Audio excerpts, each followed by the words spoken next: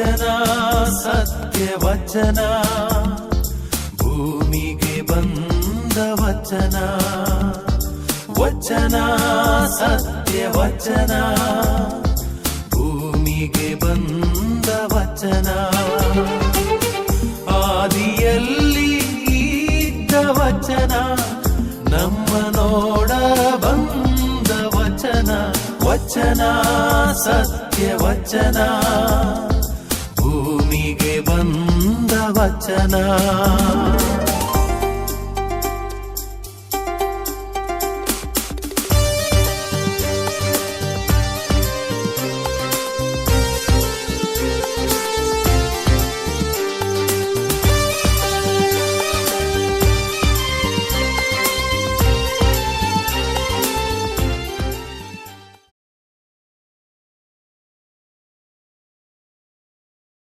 ಪಿತನ ಮತ್ತು ಸುತನ ಮತ್ತು ಪವಿತ್ರಾತ್ಮರ ನಾಮದಲ್ಲಿ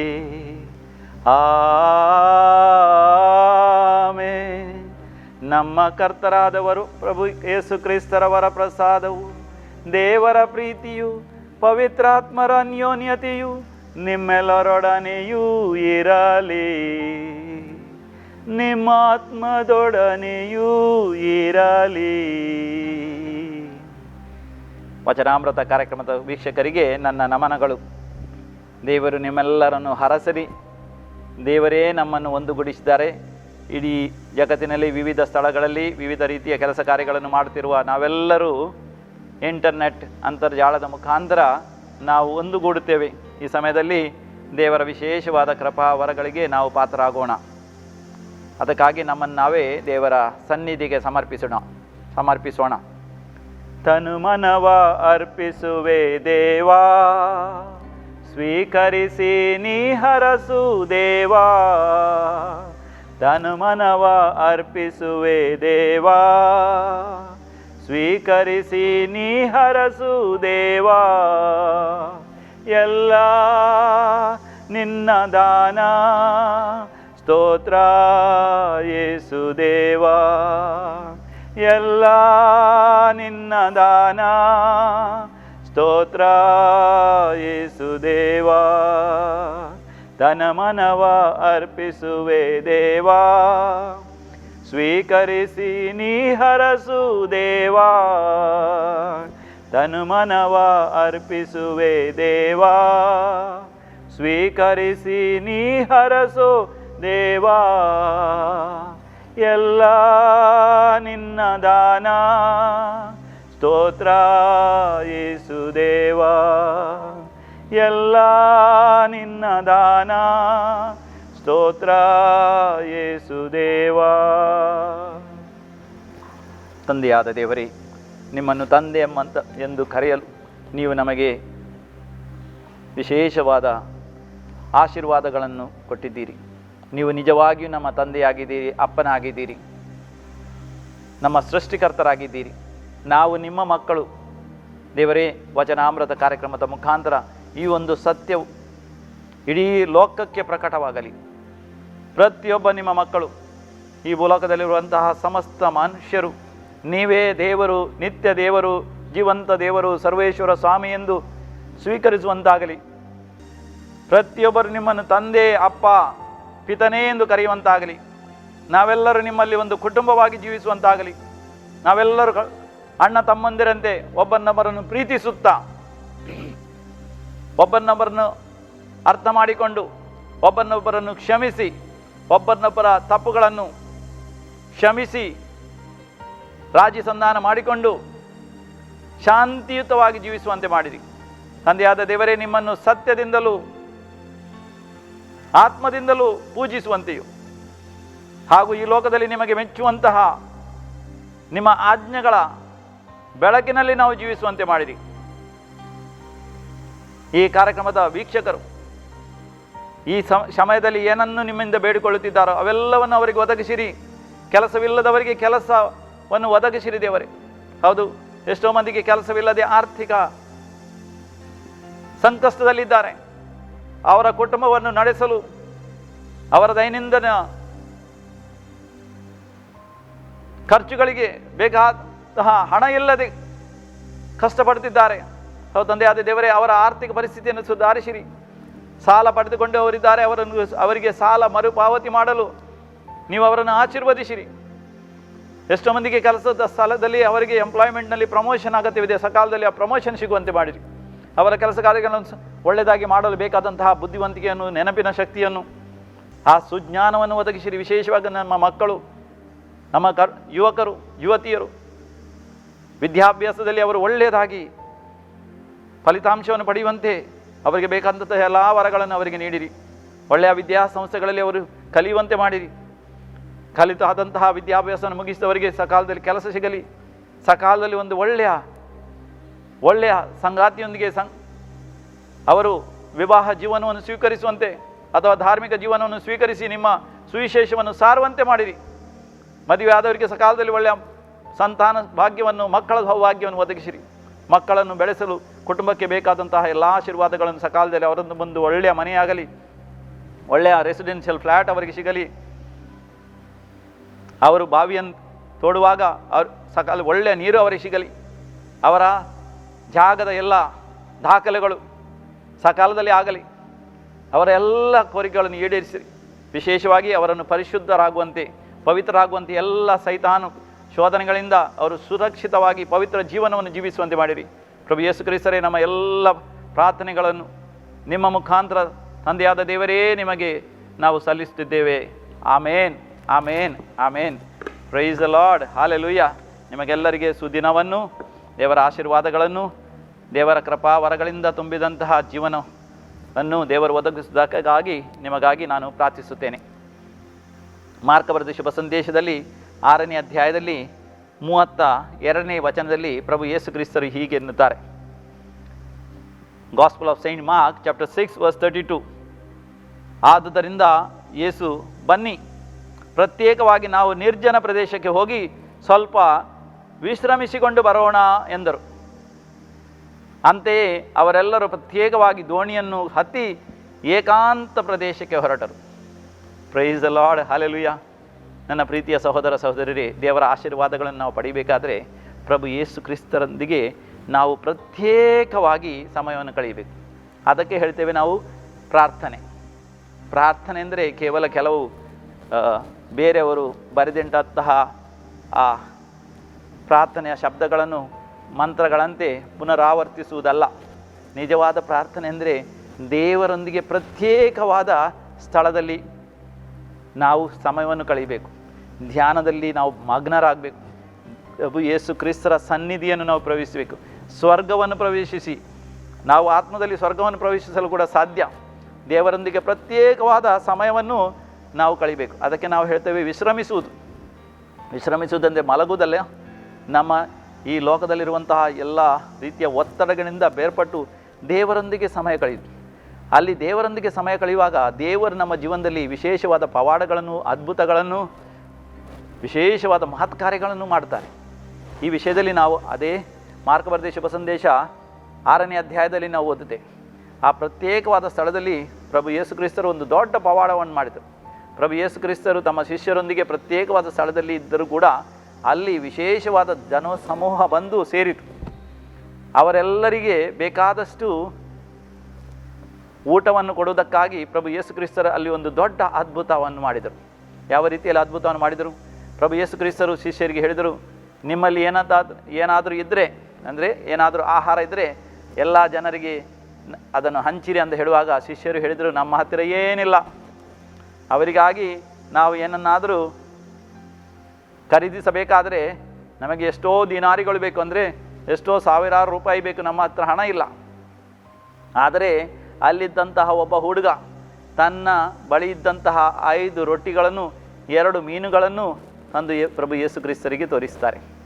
ಪ್ರಭು ಯೇಸು ಕ್ರಿಸ್ತರು ಪವಾಡಗಳನ್ನು ಮಾಡಿದರು. ಅಂದರೆ ಆ ಮಗು ಮಾಡಿದಂತಹ ಒಂದು ಒಳ್ಳೆಯ ಕೆಲಸ ನೋಡಿ. ಆ 2 ಮೀನುಗಳನ್ನು 5 ರೊಟ್ಟಿಗಳನ್ನು ತನ್ನಲ್ಲೇ ಇಟ್ಟುಕೊಂಡಿದ್ದರೆ ಅವುಗಳು ಕೇವಲ 5 ರೊಟ್ಟಿ 2 ಮೀನುಗಳಾಗಿರುತ್ತಿದ್ದವು. ಆದರೆ ಯಾವ ಸಮಯದಲ್ಲಿ ಆ ಮಗು, ಆ ಹುಡುಗ ಅದನ್ನು ಪ್ರಭು ಯೇಸು ಕ್ರಿಸ್ತರಲ್ಲಿ ಕೈಯಲ್ಲಿ ಸಮರ್ಪಿಸಿದ, ಆ 5 ರೊಟ್ಟಿಗಳು 5,000ಕ್ಕಿಂತ ಹೆಚ್ಚು, ಅಂದರೆ 25,000 ಜನರಿಗೆ ಬೇಕಾದಷ್ಟು ಆಹಾರವಾಯಿತು. Praise the Lord, hallelujah. ಮಾತ್ರವಲ್ಲ, ಪ್ರಭು ಯೇಸು ಕ್ರಿಸ್ತರು ಈ ಪವಾಡವನ್ನು ಮಾಡಿದಾಗ ಕೇವಲ ಅವರು ಹೊಟ್ಟೆ ತುಂಬಿಸಿಕೊಂಡರು ಮಾತ್ರವಲ್ಲ, ಅವರೆಲ್ಲ ಸಂತೃಪ್ತಿ ಹೊಂದಿದರು. Price the Lord, hallelujah. ಈ ಲೋಕದಲ್ಲಿ ನಾವು ನೋಡ್ತೇವೆ, ಎಷ್ಟೋ ಮಂದಿ ಬಹಳ ಹಣ ಮಾಡ್ತಾರೆ, ಅವರಿಗೆ ಒಳ್ಳೆಯ ಸಂಬಳ ಸಿಗ್ತದೆ, 50,000, 60,000, 1,00,000. ಈ ದಿನಗಳಲ್ಲಿ ಕೆಲವರಿಗೆ 10 ಲಕ್ಷ ಕೂಡ ಒಂದು ತಿಂಗಳಿಗೆ ಸಂಬಳ ಸಿಗ್ತದೆ ಅಂತೆ. ಆದರೆ ಕೂಡ ಜೀವನದಲ್ಲಿ ತೃಪ್ತಿ ಎಂಬುದಿಲ್ಲ. ಜೀವನದಲ್ಲಿರುವಂತಹ ದೊಡ್ಡ ವರ ಎಂದರೆ ಸಂತೃಪ್ತಿ. ಆ ಸಂತೃಪ್ತಿ ಎಂಬಂತಹ ವರ ಪ್ರಭು ಯೇಸು ಕ್ರಿಸ್ತರಲ್ಲಿ ಮಾತ್ರ ನಿಮಗೆ ಸಿಗುತ್ತದೆ. Hallelujah, praise the Lord. ಪ್ರಭು ಯೇಸು ಕ್ರಿಸ್ತರು ಪವಾಡಗಳನ್ನು ಮಾಡುವಾಗ, ಮಹತ್ಕಾರ್ಯಗಳನ್ನು ಮಾಡುವಾಗ, ಅದ್ಭುತಗಳನ್ನು ಮಾಡುವಾಗ ಅವರು ಸಂಪೂರ್ಣವಾದ ಸಂತೃಪ್ತಿಯನ್ನು ಕೂಡ ನೀಡುತ್ತಾರೆ. ಅಲ್ಲಿ ಬಂದಂತಹ ಪ್ರಭು ಯೇಸು ಕ್ರಿಸ್ತರಿಗೆ ಬಳಿಗೆ ಬಂದಂತಹ 25,000 ಮಂದಿ ಸಂತೃಪ್ತಿ ಹೊಂದಿದರು. ಪ್ರೀತಿಯ ಸಹೋದರ ಸಹೋದರಿ, ನೀನು ಕೂಡ ಪ್ರಭು ಯೇಸು ಕ್ರಿಸ್ತರನ್ನು ನಿಜವಾದ ಏಕೈಕ ದೇವರೆಂದು ಸ್ವೀಕರಿಸು. ನಿನಗೆ ನಿಜವಾದ ಜೀವನದ ಸಂತೃಪ್ತಿ, real contentment, real satisfaction of life satisfaction you will receive.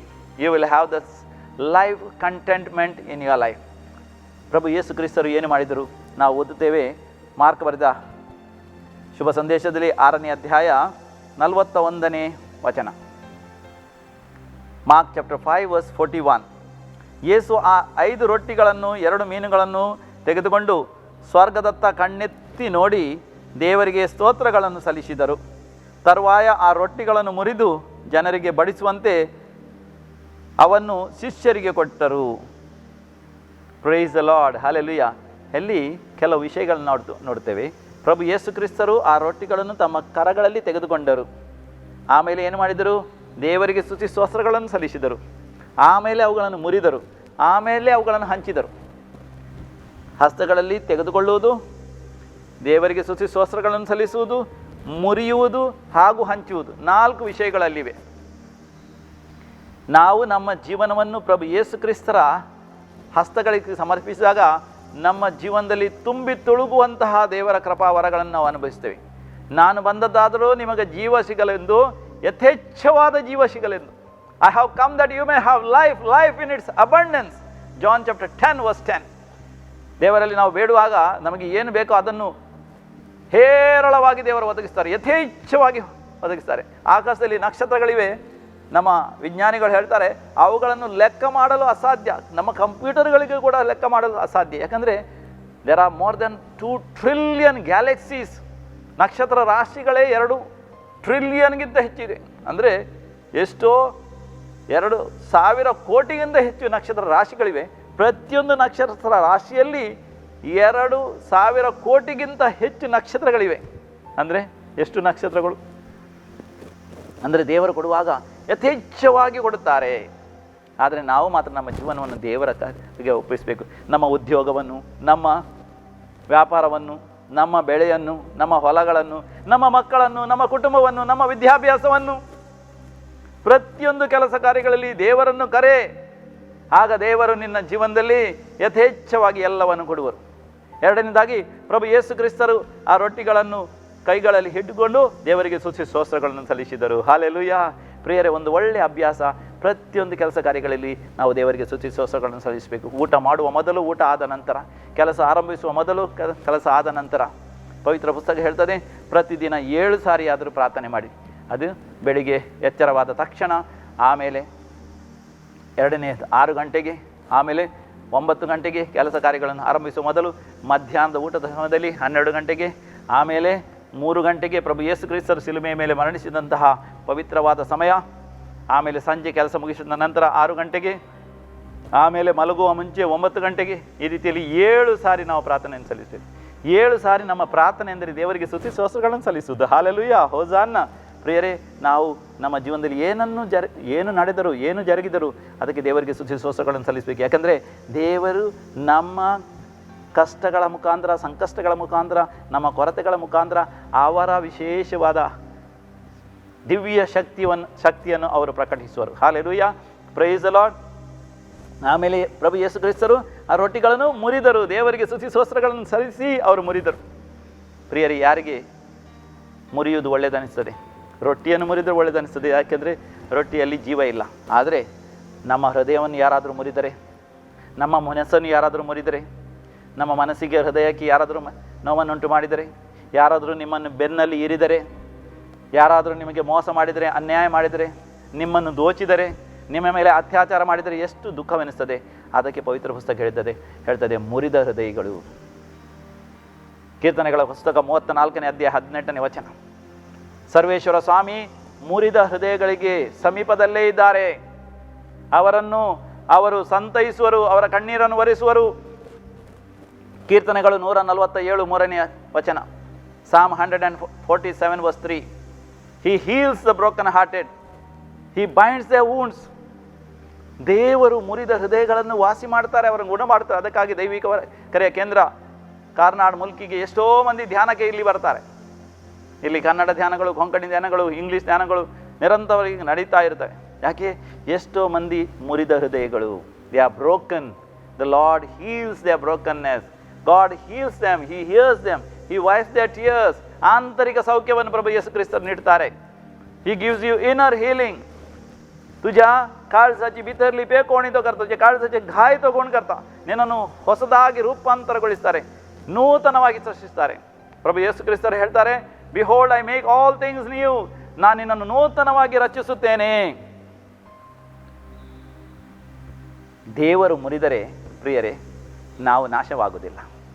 ದೇವರು ಮುರಿದಾಗ ನಾವು ಅಭಿವೃದ್ಧಿ ಹೊಂದುತ್ತಾ ಹೋಗುತ್ತೇವೆ, ಹೇರಳವಾಗಿ ನಾವು ಅಸ್ತಿತ್ವಕ್ಕೆ ಬರ್ತೇವೆ. ಪ್ರಭು ಯೇಸು ಕ್ರಿಸ್ತರು ರೊಟ್ಟಿಯನ್ನು ಮುರಿದು ತಮ್ಮ ಶಿಷ್ಯರಿಗೆ ಕೊಡ್ತಾ ಹೇಳಿದರು, ಇಗೋ ಇದು ನನ್ನ ಶರೀರ. ಪ್ರತಿಯೊಂದು ರೊಟ್ಟಿಯಲ್ಲಿ ಪ್ರಭು ಯೇಸು ಕ್ರಿಸ್ತರು ಸಂಪೂರ್ಣವಾಗಿದ್ದರು. ಅವರು ರೊಟ್ಟಿಯನ್ನು ಮುರಿದಾಗ ಆ ರೊಟ್ಟಿಗಳು ಹೆಚ್ಚುತ್ತಾ ಆಗುತ್ತಾ ಹೋದವು. 5 ರೊಟ್ಟಿಗಳು 25,000 ರೊಟ್ಟಿಗಳಿಗಿಂತ ಹೆಚ್ಚಾದವು.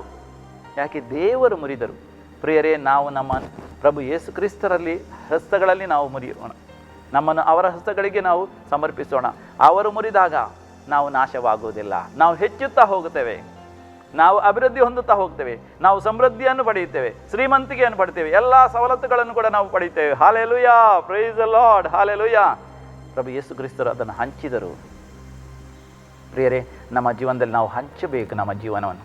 ನಮ್ಮ ಜೀವನದಲ್ಲಿ ಕೇವಲ ನಮಗಾಗಿಯೇ ನಾವು ಜೀವಿಸುವುದಲ್ಲ, ಪರರಿಗಾಗಿ ನಾವು ಜೀವಿಸಬೇಕು. Yes, we must live for others, not for oneself. Love the Lord your God with all your heart and mind and soul, and also love your neighbour as yourself. ನಾವು ಸೇವೆ ಸಲ್ಲಿಸಬೇಕು. ನಿಜವಾದ ಕ್ರೈಸ್ತವರು ಕೇವಲ ಸೇವೆ ಸಲ್ಲಿಸ್ತಾರೆ. ನಿಜವಾದ ಕ್ರೈಸ್ತವರು ಕಷ್ಟ ಸಂಕಷ್ಟಗಳಿಗೆ ಎಂದಿಗೂ ಹೆದರೋದಿಲ್ಲ. ಈ ದಿನಗಳಲ್ಲಿ ಕ್ರೈಸ್ತವ ವಿಶ್ವಾಸದ ವಿರುದ್ಧವಾಗಿ ಎಷ್ಟೋ ಮಂದಿ ಕೆಲಸ ಮಾಡ್ತಾರೆ, ಹಾಗೂ ಕ್ರೈಸ್ತರಿಗೆ ಎಲ್ಲ ರೀತಿಯ ಅಡ್ಡಿ ತಡೆಗಳನ್ನು ಮಾಡಲು ಪ್ರಯತ್ನಿಸ್ತಾರೆ. ಕ್ರೈಸ್ತರಿಗೆ ಎಷ್ಟೋ ಕಷ್ಟಗಳನ್ನು ಎದುರಿಸಬೇಕಾಗಿ ಬರ್ತದೆ. 2000 ವರ್ಷಗಳಿಂದ ನಾವು ಕ್ರೈಸ್ತವರು ಎಷ್ಟೋ ರೀತಿಯ ಅಡೆತಡೆಗಳನ್ನು, ಸಂಕಷ್ಟಗಳನ್ನು ಹಾಗೂ ಅಪೋಸಿಷನ್ ಎಲ್ಲವನ್ನು ನಾವು ಅನುಭವಿಸಿದ್ದೇವೆ. We have experience lots of opposition, lots of persecution, ಹಿಂಸೆಯನ್ನು ಕೂಡ ಅನುಭವಿಸಿದೆ. ಆದರೆ ನಮ್ಮ ನಿಜವಾದ ವಿಶ್ವಾಸವನ್ನು ನಾವು ಕಳೆದುಕೊಳ್ಳುವುದಿಲ್ಲ. ಯಾಕೆ? ನಾವು ನಮ್ಮ ಸ್ವರ್ಗ ಸಾಮ್ರಾಜ್ಯವನ್ನು ನಾವು ಸೇವೆ ಮಾಡುತ್ತಾ, ಕಷ್ಟ ಸಂಕಷ್ಟಗಳನ್ನು ಅನುಭವಿಸುತ್ತಾ ನಾವು ಸಂಪಾದಿಸುತ್ತೇವೆ. ಹೌದು, ನಾವು ನಮ್ಮ ಜೀವನದಲ್ಲಿ ಈ ಒಂದು ವಿಶೇಷವಾದ ಪವಾಡಗಳಿಂದ ನಾವು ನಿಜವಾಗಿ ಇವತ್ತು ಈ ಸಂದೇಶವನ್ನು ನಾವು ಪಡೆಯೋಣ. ದೇವರೊಂದಿಗೆ ನಾವು ಪ್ರತ್ಯೇಕವಾಗಿ ನಮ್ಮ ಸಮಯವನ್ನು ಕಳೆಯೋಣ. ಪ್ರತಿದಿನ ಪ್ರಾರ್ಥನೆಯಲ್ಲಿ ದೇವರೊಂದಿಗೆ ಸಮಯವನ್ನು ಕಳೆಯೋಣ.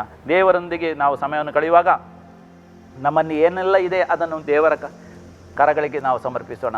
ದೇವರನ್ನು ಸ್ವೀಕರಿಸಿದಾಗ ದೇವರೊಂದಿಗೆ ನಾವು ದೇವರಿಗೆ ಸ್ತುತಿ ಸ್ತೋತ್ರಗಳನ್ನು ಸಲ್ಲಿಸೋಣ. ಹಾಗೂ ದೇವರು ನಮ್ಮ ಜೀವನದಲ್ಲಿ ಏನನ್ನೆಲ್ಲ ಮುರಿದಿದ್ದಾರೋ ಅದು ದೇವರು ಎಲ್ಲವನ್ನು ನಮ್ಮ ಒಳಿತಿಗಾಗಿ ಮಾಡುತ್ತಾರೆ ಎಂಬುದನ್ನು ನಾವು ನಂಬೋಣ. ಆಮೇಲೆ ನಮ್ಮ ಜೀವನದಲ್ಲಿ ನಾವು ಯಾವಾಗಲೂ ಸೇವೆ ಸಲ್ಲಿಸೋಣ. ಮೊದಲು ನಮ್ಮ ಕುಟುಂಬಸ್ಥರ ಸೇವೆ, ನೆರೆಕರೆಯವರ ಸೇವೆ, ನಮ್ಮ ವಿಚಾರಣೆಯಲ್ಲಿ ಧರ್ಮ ಕೇಂದ್ರದಲ್ಲಿ ಸೇವೆ, ಹಾಗೂ ಎಲ್ಲ ಧರ್ಮದವರಿಗೆ ನಾವು ಸಂಪೂರ್ಣವಾಗಿ ದೇವರಿಗೆ ಸೇವೆ ಸಲ್ಲಿಸುತ್ತಿದ್ದೇವೆಂಬಂತಹ ಮನೋಭಾವದಿಂದ ಸೇವೆ ಸಲ್ಲಿಸೋಣ. ದೇವರ ಎಲ್ಲ ಕೃಪಾವರಗಳು ನಮ್ಮಲ್ಲಿ ಇಳಿದು ಬರುವವು. ನಾವೆಲ್ಲರೂ ಕಣ್ಣುಗಳನ್ನು ಮುಚ್ಚಿ ಪ್ರಾರ್ಥಿಸೋಣ. ತಂದೆಯಾದ ದೇವರೇ, ನಾವು ನಿಮ್ಮ ಮಕ್ಕಳು, ನಿಮ್ಮೊಂದಿಗೆ ಪ್ರತಿದಿನ ಪ್ರತ್ಯೇಕವಾಗಿ ಸಮಯವನ್ನು ಕಳೆಯುತ್ತೇವೆ. ನಾವು ನಿಮ್ಮನ್ನು ನಮ್ಮ ಕಣ್ಣುಗಳಿಂದ ನೋಡಲು ಅಸಾಧ್ಯ, ಯಾಕೆಂದರೆ ನೀವು ಆತ್ಮಸ್ವರೂಪಿಯಾಗಿದ್ದೀರಿ. ಆದರೆ ನೀವು ಮಾತ್ರ ನಮ್ಮನ್ನು ಯಾವಾಗಲೂ ನಿಮ್ಮ ಕಣ್ಣುಗಳ ಮುಂದಿಟ್ಟುಕೊಂಡಿದ್ದೀರಿ. ತಂದೆಯಾದ ದೇವರೇ, ನಿಮ್ಮನ್ನು ನಾವು ನಂಬುತ್ತೇವೆ, ವಿಶ್ವಾಸಿಸುತ್ತೇವೆ.